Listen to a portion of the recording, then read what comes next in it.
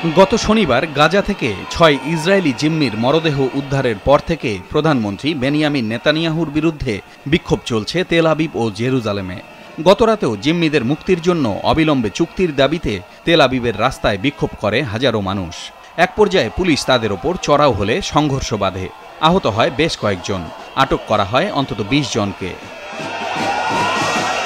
আন্তর্জাতিক ও অভ্যন্তরীণ চাপে যখন জর্জরিত নেতানিয়াহু, তখন ইসরায়েলের যুদ্ধকালীন মন্ত্রিসভা থেকে সদ্য পদত্যাগ করা সিনিয়র রাজনীতিবিদ বেনি গান্টজ বলছেন, শুধুমাত্র নেতানিয়াহুর একগুঁয়েমির কারণেই গাজায় যুদ্ধবিরতি ও জিম্মিদের মুক্তির প্রক্রিয়া ব্যাহত হচ্ছে।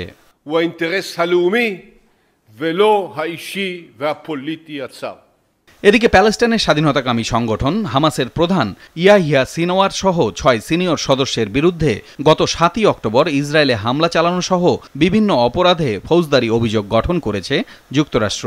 হামাসের ওই ৬ নেতার মধ্যে ইসমাইল হানিয়া, মোহাম্মদ দেইফ ও মারওয়ান ইসা এরই মধ্যে নিহত হয়েছে। ইয়াহিয়া সিনওয়ারের পাশাপাশি সিনিয়র হামাস নেতা খালেদ মেশাল ও আলী বারাকা এখন ইসরায়েলের মূল টার্গেট। মার্কিন বিচার বিভাগের এক জ্যেষ্ঠ কর্মকর্তার ভাষ্যমতে কৌশলীরা গত ফেব্রুয়ারি মাসে ওই ৬ নেতার বিরুদ্ধে অভিযোগ আনেন, তবে হানিয়াকে হাতে নাতে ধরার আশায় অভিযোগ প্রকাশ্যে আনা হয়নি। হানিয়া নিহত হওয়ার পর ওই অভিযোগ এগিয়ে নেওয়ার সিদ্ধান্ত নিয়েছে মার্কিন বিচার বিভাগ। ইসরায়েল ও হামাস নমনীয়তা না দেখালে সামনের দিনে গাজায় যুদ্ধবিরতি অসম্ভব হয়ে পড়বে বলে জানিয়েছে মার্কিন পররাষ্ট্র দপ্তর। Over the coming days, the United States will continue to engage with our partners in the region to push for a final agreement. During talks last week, we made progress on dealing with the obstacles that remain, but ultimately finalizing an agreement will require both sides to show flexibility.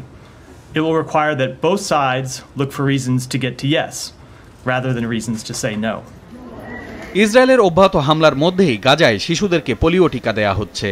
নির্দিষ্ট কিছু এলাকায় Israel এবং হামাসের যোদ্ধাদের মধ্যে লড়াইয়ে দৈনিক ৮ ঘন্টার বিরতিতে এই টিকাদান কর্মসূচি চলছে।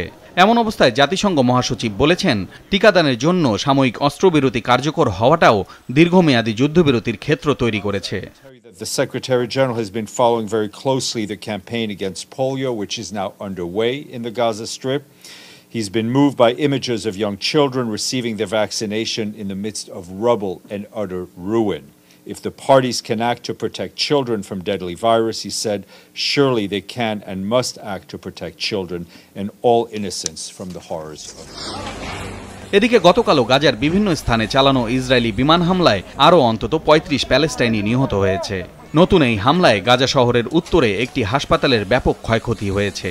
এছাড়া দক্ষিণাঞ্চলীয় রাফা এলাকাতেও গতকাল ব্যাপক বিমান হামলা চালিয়েছে ইসরায়েলি সেনারা।